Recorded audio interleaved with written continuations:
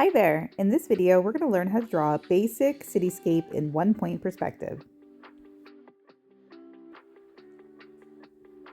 To get started, you will need a piece of paper or your sketchbook, a ruler, and a pencil.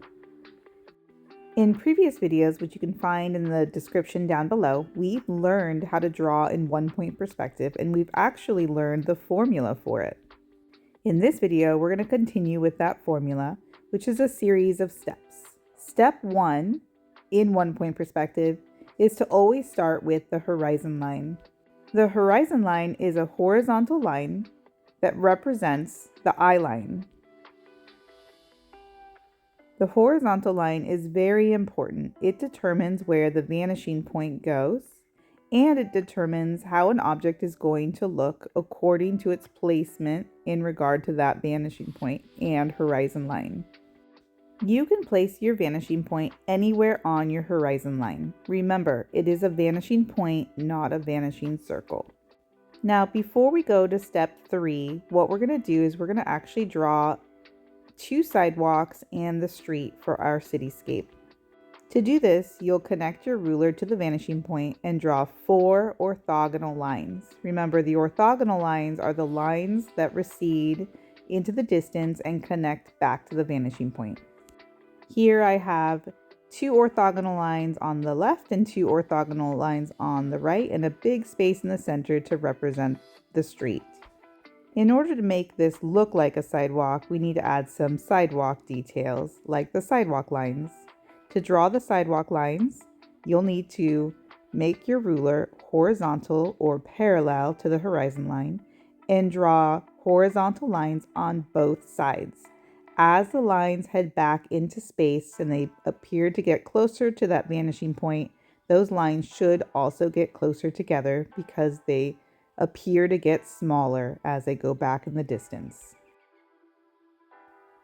To make our sidewalk appear three-dimensional, what we're going to do is we're going to add one more orthogonal line on each side. This orthogonal line should be very close to the sidewalk. These 2 lines are going to represent the step up because normally you step from the street up onto the sidewalk. The sidewalk lines would continue down this step, but those lines would be vertical lines. Just as a friendly reminder, remember in one-point perspective, the only types of lines you'll be using are going to be vertical, horizontal, and orthogonal lines. There are no diagonal lines in one-point perspective unless it's touching a vanishing point. Okay, the next thing we're going to do is go back to our formula and go to step 3, which is to draw the face of the object. In this case, our object is a building, and you always start in the foreground. So you're going to start with a rectangle or a square, and I've placed mine all the way in the bottom left corner. Step 4 is to connect the corner of your building to the vanishing point, creating orthogonal lines. Step 5 is to end with parallel lines. Remember, what happens in the front happens in the back. And that's it. We have our first building in one-point perspective. Now what you're going to do is on the left side, you're going to fill up the rest of that space with more buildings in one-point perspective. Remember to just follow the steps of the formula. We've already done step 1 and 2 with the vanishing point and the horizon line. So all you have to do is steps 3 through 5 to repeat this process. Step 3 is to draw the face of the shape. So here you can see that I'm drawing a rectangle behind the first building. Step number 4 is to connect the corners to the vanishing point. The bottom corner is already connected because it's connected to the sidewalk. So I have to connect the top and the bottom. Now you go as far as you want with your orthogonal lines. You decide how long or wide you want that building to be. So there's no reason to draw an orthogonal line all the way to the vanishing point. Step 5, again, is to end with parallel lines. So what happens in the front happens in the back. And if your orthogonal line went a little too far, just erase it. No problem.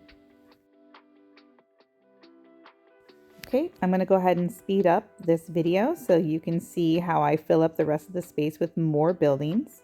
Feel free to pause this video, fill up your side, and then restart the video when you're ready.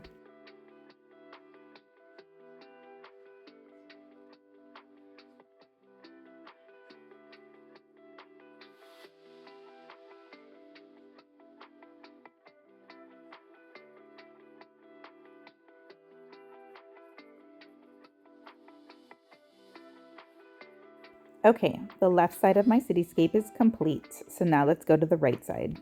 We're going to go through the exact same process we did on the left. The only difference is that our orthogonal lines are now pointed a different direction.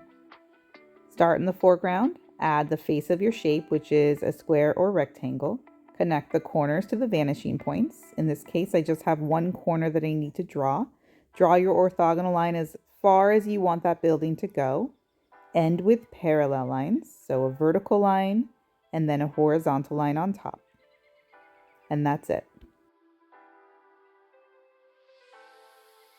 For my second building on the right side, I'm going to do something a little bit different. I'm going to have this building set away from the sidewalk instead of up against the sidewalk like all the other buildings. To do this, I'm going to draw my square or rectangle, but I'm going to have it not touching, or have that corner not touching the sidewalk. So you can see it's set away from it. It's still a rectangle, but it's not quite touching. In this case, I do have two orthogonal lines to draw, mostly because this building goes above the horizon, so I can't see the top of it. And that's it.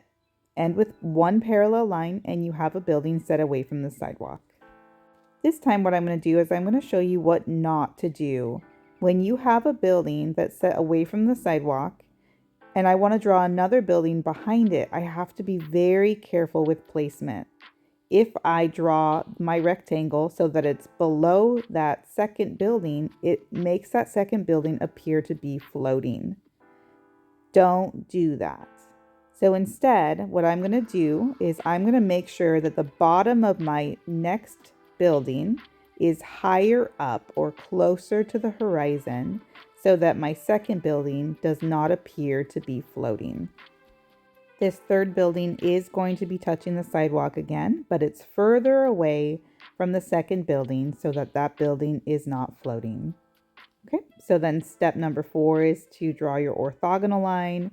Step 5 is to add the parallel line, and that's it. I'd like you to go ahead and fill up the rest of the space with as many buildings as you can fit.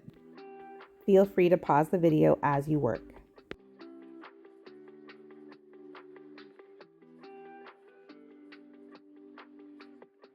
Okay, that's it. We now have a very basic cityscape in one-point perspective. Well done.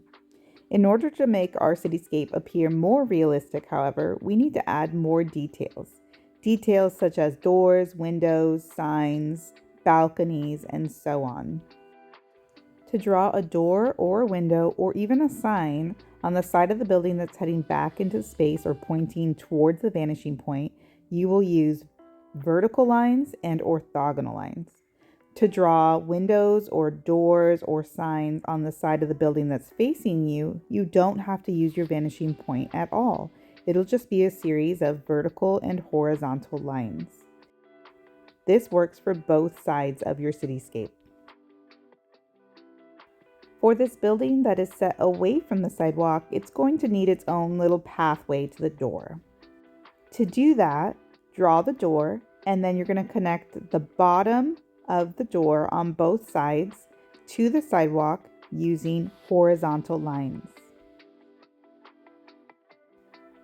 And then you can go ahead and erase the part of the sidewalk that you don't need, or that would look like it would automatically connect to the sidewalk there.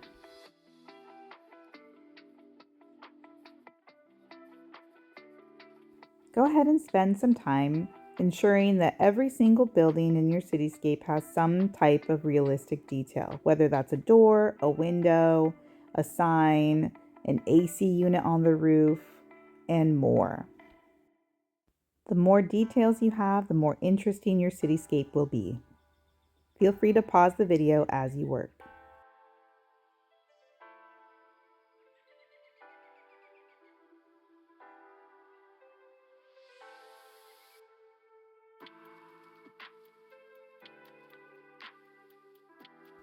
One thing you might want to do is you might want to make your windows and doors appear more three-dimensional so that it looks like they're set into the wall of the building instead of being flush with the wall or the building.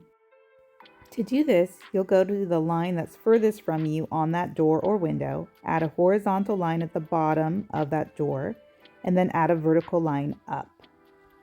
Where that vertical line and horizontal line meet, you'll go ahead and draw an orthogonal line at the corner, creating the bottom of that door. Erase the original orthogonal sidewalk line so it makes the sidewalk appear to go all the way up to that door. If you want, you can even make your door appear to have two doors or be a double door. And to draw the handles for that, you would use your vanishing point. Go ahead and try this process on a few other doors and windows so that it makes your windows and doors look more three-dimensional as they set into the building instead of being flat and flush with the building.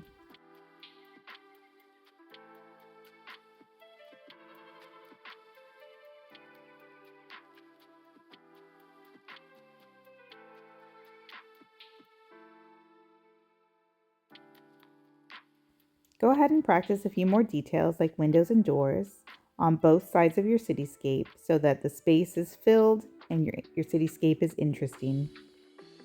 Remember to follow the formula of 1-point perspective. Make sure all of your lines are neat and straight and that all orthogonal lines meet at the vanishing point.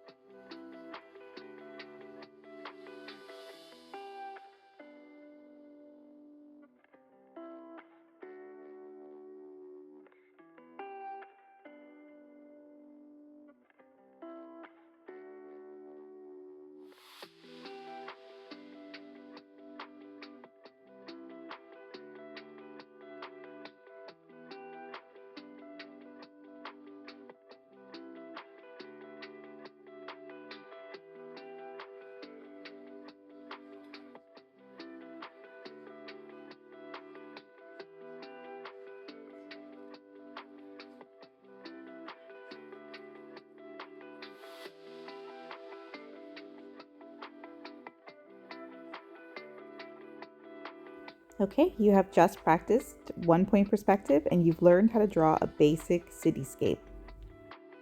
If you would like more lessons on 1-point perspective or even 2-point perspective, you can find the links to more of our videos in the description below.